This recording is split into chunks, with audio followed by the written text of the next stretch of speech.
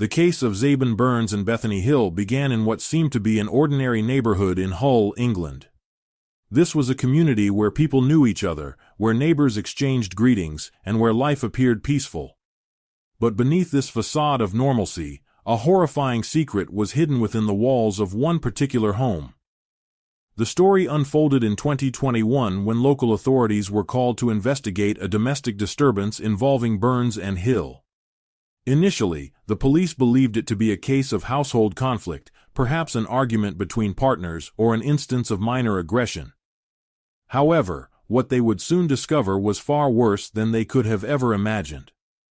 The evidence they stumbled upon did not just hint at trouble. It revealed an unimaginable horror that would send shockwaves through the entire community. During their initial visit, officers noticed signs of something more sinister. Hill appeared nervous, and Burns was aggressively uncooperative. There was an underlying tension that suggested more than just a domestic argument. But it wasn't until investigators looked deeper that they found the first disturbing clues that would unravel a case of prolonged abuse and manipulation. As part of their standard procedure, officers seized Burns' phone. This decision was made based on his history of violent behavior and suspicions that he had been controlling Hill. However, at the time, the police had no idea that this device held the key to exposing the couple's horrifying crimes. What made the investigation even more difficult was Burns's immediate refusal to provide the PIN to his phone. For nearly 9 months, investigators were locked out, unable to access what would later be revealed as a chilling archive of abuse. Forensic teams and digital investigators worked tirelessly to break through the encryption, knowing that the phone could contain crucial evidence. During this period, Burns continued to deny any wrongdoing. Meanwhile, Hill remained in his shadow, seemingly unwilling or unable to break free from his influence. While the phone remained locked, other investigative efforts continued. Authorities spoke to neighbors, examined Burns's past criminal record, and conducted forensic analysis of the house.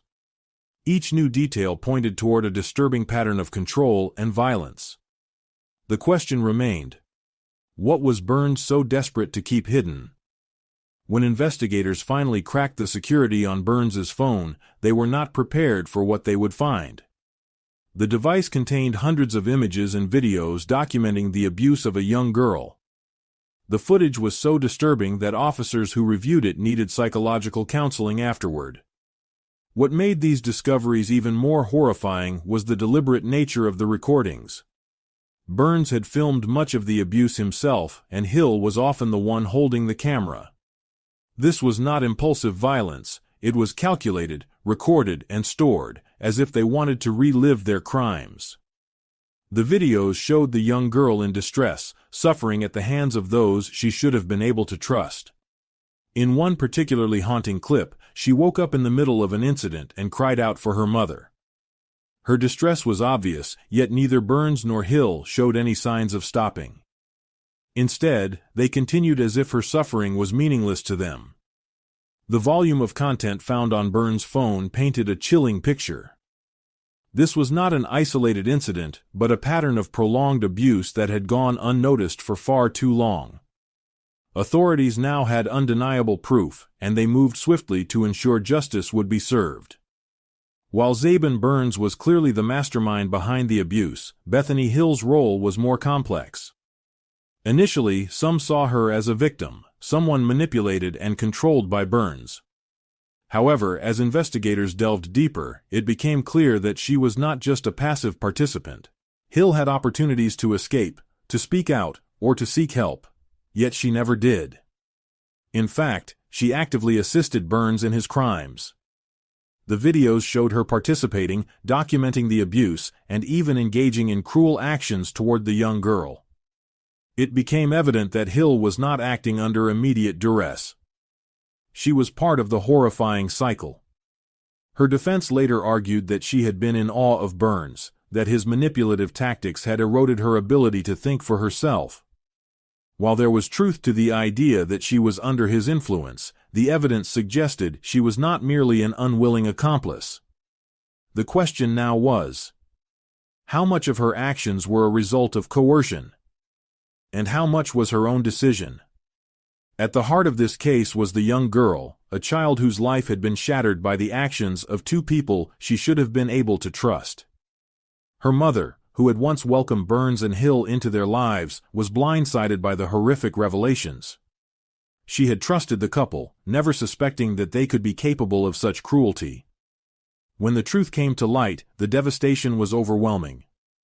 She described feeling physically ill, consumed by guilt for not realizing what had been happening under her nose.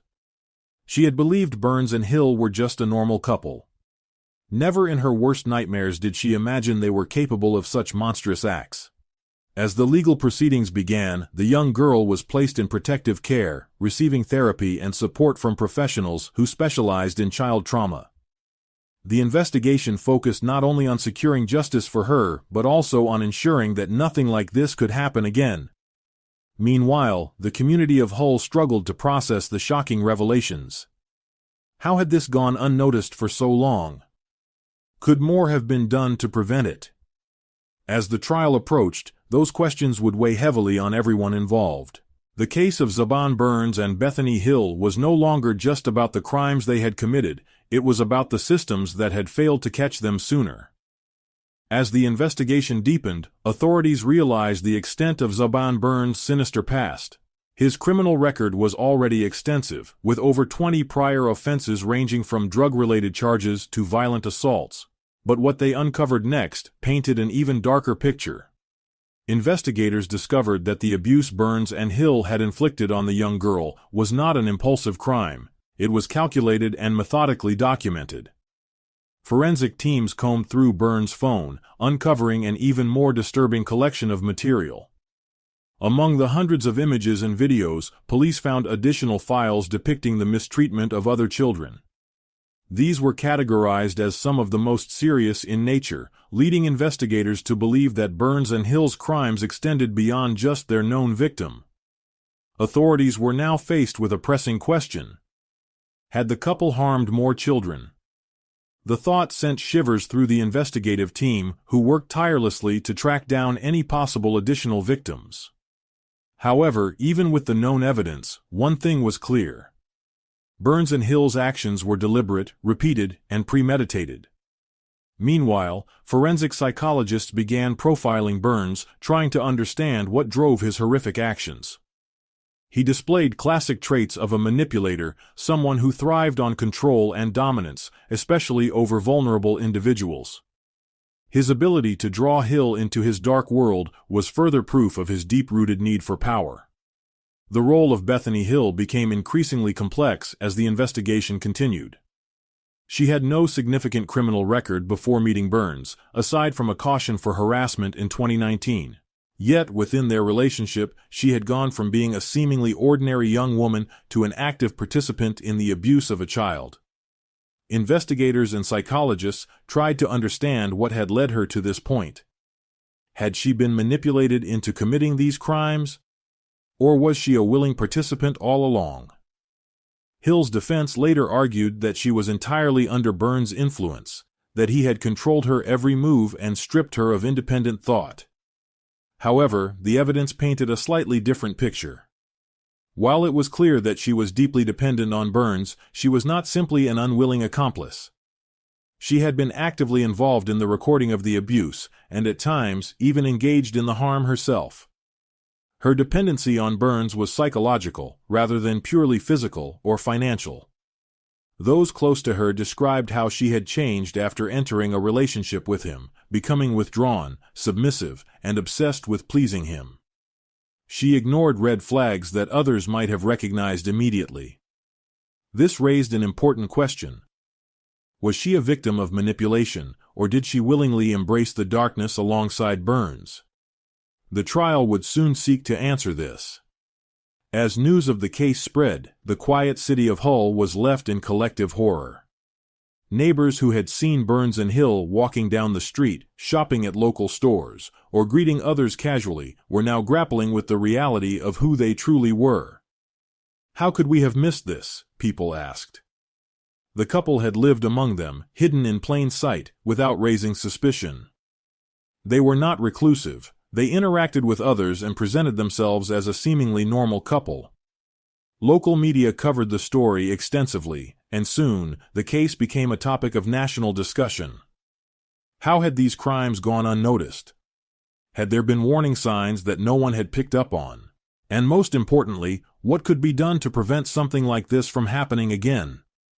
The case also sparked discussions about the failures in protecting vulnerable children. Were there missed opportunities for intervention? Could the system have caught Burns and Hill earlier? These were the questions weighing heavily on the minds of authorities, social workers, and the public. Meanwhile, the young girl's mother was left devastated. She had never suspected the couple of wrongdoing. Now, she was grappling with the guilt of not seeing the signs sooner. With overwhelming evidence against Burns and Hill, authorities moved quickly to ensure they would face the full force of the law. Both were arrested and charged with multiple offenses, including child abuse and possession of illegal material. During interrogations, Burns remained defiant. He refused to acknowledge the gravity of his actions, instead attempting to downplay the evidence against him. He denied harming the young girl, despite the explicit videos and images proving otherwise. His lack of remorse only reinforced the prosecution's argument that he was a dangerous individual with no regard for human suffering. Hill, on the other hand, took a different approach. She admitted to participating in the abuse but claimed that she had been manipulated by Burns. She insisted that she had never wanted to harm the child but had been forced into it due to her psychological dependence on him. Despite Hill's claims, the prosecution argued that the evidence showed she had willingly taken part in the crimes. She had filmed the abuse, held the camera, and at times actively engaged in harming the young girl. The prosecution maintained that while Burns was undoubtedly the dominant figure in their relationship, Hill was not innocent. She had choices and had chosen to participate. The legal battle was set to be one of the most emotionally charged cases Hull had seen in years. As the case gained national attention, the emotional burden on those investigating it became heavier. The police officers and forensic analysts who had reviewed the recordings described the material as some of the most disturbing they had ever encountered. Many needed psychological support to cope with what they had seen. One investigator described how the images haunted him at night. "You see a lot in this line of work," he said. "But nothing prepares you for something like this. It stays with you." The prosecutors, too, faced a daunting task. They had to present the evidence in court, knowing that every video and image represented a real child's suffering. They had to ensure that Burns and Hill would never have the opportunity to harm another innocent victim. Despite the emotional toll, the investigative team remained resolute. Their goal was clear: to ensure justice for the young girl and her family. They knew that the road ahead would be difficult, but they were determined to see it through to the end. The stage was now set for one of the most harrowing trials in recent history. The community, the legal teams, and most importantly, the victim and her family, were all waiting for justice to be served. The trial of Zabin Burns and Bethany Hill commenced at Hull Crown Court, drawing intense public and media attention. For weeks the prosecution and defense would battle over key questions. Was Hill truly manipulated, or was she a willing accomplice? What drove Burns to commit such heinous crimes? And most importantly, what kind of justice would be served for the young girl whose life had been irreversibly scarred? Prosecutor Melly KC led the charge against the couple, presenting the jury with undeniable evidence. The prosecution outlined the sheer volume of disturbing material found on Burns's phone, hundreds of videos and images detailing not only the abuse of the young girl, but also other disturbing content involving children. The videos, which Hill had filmed herself, were played for the court. As the footage was shown, the courtroom was filled with a mix of horror, outrage, and heartbreak. The young girl's mother, who had chosen to attend the trial, broke down in tears. She had known the abuse was bad, but seeing the evidence firsthand was overwhelming. Burns remained emotionless throughout the proceedings, displaying no remorse. His legal team attempted to argue that he had not physically harmed the girl himself, but the recordings clearly proved otherwise. Meanwhile, Hill's defense doubled down on the claim that she was under Burns's influence, arguing that she had been coerced into her actions. As the trial progressed, the psychological profiles of both defendants became a key focus. Expert witnesses were called in to analyze their behavior, seeking to determine whether Hill was a true victim of coercion or simply complicit in the crimes. A forensic psychologist testified that Burns exhibited classic traits of a manipulative predator. He was controlling, aggressive, and took pleasure in exerting power over vulnerable individuals. His criminal history only reinforced this image, painting him as a dangerous repeat offender who had escalated to even more serious crimes. Hill's psychological state, however, was more complex. A separate expert argued that she had developed a dependency on Burns, losing her ability to think independently. She had been in awe of him, willing to do anything to maintain his approval. But despite these claims, the prosecution pushed back. They highlighted the fact that Hill had actively participated in the abuse, holding the camera, and at times even engaging in mistreatment herself. She may have been under Burns' influence, but she had still made conscious choices. This became the heart of the trial. Was Bethany Hill a victim or an abuser? One of the most emotional moments of the trial came when the young girl's mother took the stand. She described the deep betrayal she felt upon learning the truth about Burns and Hill, people she had trusted. She recounted how she had never suspected them of any wrongdoing, how she had believed that her child was safe in their presence. When authorities first informed her of what had happened, she had been in complete denial. "I couldn't believe it," she told the courtroom. "I kept thinking, not them. They wouldn't do this." Her voice cracked as she described the impact on her daughter. The girl had suffered emotional and psychological trauma, struggling with nightmares, trust issues, and anxiety. "She used to be so carefree," her mother said, wiping away tears. "Now she's afraid all the time." Her testimony was a turning point in the trial. It humanized the case beyond the cold, hard evidence. It reminded the jury that at the heart of this horror was a real child, whose life had been shattered by the actions of Burns and Hill. After weeks of emotional testimony, forensic analysis, and legal arguments, the jury finally began deliberations. The weight of the case was heavy on their shoulders, 2 lives were in their hands, but more importantly, justice for the young girl and her family depended on their decision. After hours of discussion, the jury returned with their verdict. The courtroom fell silent as the judge asked for the decision to be read. Zabin Burns was found guilty on all charges, including multiple counts of child abuse and possession of illegal material. The jury agreed with the prosecution's portrayal of him as a dangerous predator who had deliberately and repeatedly inflicted harm.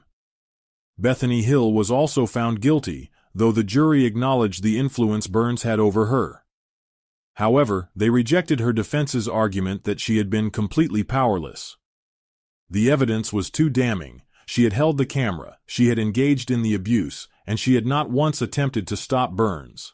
As the verdict was announced, there was a mix of relief and sorrow in the courtroom. The young girl's mother sobbed, clutching her hands together as she processed the news. Justice had been served, but the pain of what had happened would never truly go away. With the verdict reached, it was now up to the judge to decide the fate of Burns and Hill. Judge Richard Wall delivered a scathing rebuke to the defendants, calling their actions calculated, cruel, and unforgivable. Burns was sentenced to a minimum of 16 years and 8 months in prison, with a possibility of additional time depending on his behavior. His lack of remorse and history of prior offenses made it clear that he was a dangerous individual who needed to be permanently removed from society. Hill received a 10-year sentence, with an additional 4 years of extended supervision upon her release. The judge acknowledged that she had been under Burns' influence, but made it clear that this did not absolve her of responsibility. "You had choices," he told her. And time again, you made the wrong ones." For the young girl's mother, the sentencing brought some closure, but the emotional wounds remained. "They're in prison," she said in a later interview, "but my daughter has to live with this for the rest of her life. That's the real punishment." The case left a lasting impact not just on the family, but on the community as a whole. Hull, once a quiet city where people felt safe, was now haunted by the reality that such horror had been taking place in their midst. It sparked discussions about the warning signs of abuse, the dangers of coercive relationships, and the importance of vigilance in protecting vulnerable children. As Burns and Hill were led away to begin their sentences, the world outside continued. But for the young girl, her mother, and all those affected, the journey toward healing was just beginning. The sentencing of Zabin Burns and Bethany Hill may have brought legal closure, but for the young girl and her mother, the emotional wounds were still raw. The trauma of what had happened did not end with a guilty verdict. It was something they would have to carry for the rest of their lives. For the young girl, the effects of the abuse were severe. Experts testified that she suffered from post-traumatic stress disorder, PTSD, anxiety, and deep trust issues. She struggled to sleep, often waking up from nightmares filled with the echoes of her past trauma. Loud noises startled her, and she became fearful of being alone. Everyday interactions became a challenge, as the people she had once trusted had been the ones who betrayed her the most. Her mother, too, was grappling with overwhelming emotions. The guilt of not knowing what had been happening to her daughter haunted her. She blamed herself, even though authorities reassured her that Burns and Hill had deliberately hidden their actions. "I should have seen something," she confided to a close friend. "I should have known." The psychological toll of the case extended beyond just the immediate victims. Investigators, social workers, and even members of the jury found themselves struggling with the disturbing nature of the evidence they had been exposed to. Some officers admitted in interviews that the case had been one of the most difficult of their careers. Many of them sought counseling to deal with the emotional impact of witnessing such cruelty. Hull, once considered a quiet and peaceful city, was now left shaken. The community was horrified that such abuse had been happening in their midst. Neighbors who had once greeted Burns and Hill on the street now looked back with disbelief, questioning how they had never seen the signs. In the months following the trial, efforts were made to support the young girl and her mother as they tried to rebuild their lives. Authorities arranged for them to receive specialized therapy and counseling, aimed at helping them process their trauma and regain a sense of normalcy. The young girl was placed in a safe, loving environment, surrounded by people who were dedicated to her healing. Therapists worked closely with her, using techniques designed for child trauma survivors, such as play therapy, cognitive behavioral therapy, CBT, and trauma-focused interventions. However, progress was slow. She had lost her sense of security and struggled with severe trust issues, making it difficult for her to open up. Her mother, too, attended therapy, trying to come to terms with the betrayal and the immense guilt she carried. She had to learn that the blame did not belong to her, but to the people who had committed these terrible crimes. "I need to be strong for my daughter," she told a counselor. "She's looking to me for strength." Despite the difficulties, there were small victories. Over time, the young girl began to have fewer nightmares. She started engaging more with others, slowly rediscovering joy in simple activities. However, the scars of the past remained. Even though Burns and Hill were behind bars, the trauma they inflicted would take years to heal. Meanwhile, local authorities and child protection agencies took a hard look at how such a case had been able to continue unnoticed for so long. Could there have been earlier intervention? Were there warning signs that had been missed? These questions led to discussions about improving child welfare monitoring, increasing public awareness, and strengthening laws around coercive control and abuse. The case of Zabin Burns and Bethany Hill sent shockwaves through the entire community, prompting serious discussions about child protection laws, domestic abuse, and the importance of recognizing coercive control. People began questioning how a child could have suffered such abuse without anyone noticing. Could the system have done more? Could friends, neighbors, or teachers have seen something? Child protection agencies and advocacy groups used the case as a wake-up call. Campaigns were launched to raise awareness about recognizing the signs of abuse, especially when it came to coercive and manipulative relationships. Schools and community centers implemented new programs to educate children and parents about personal safety, consent, and how to seek help if they felt threatened.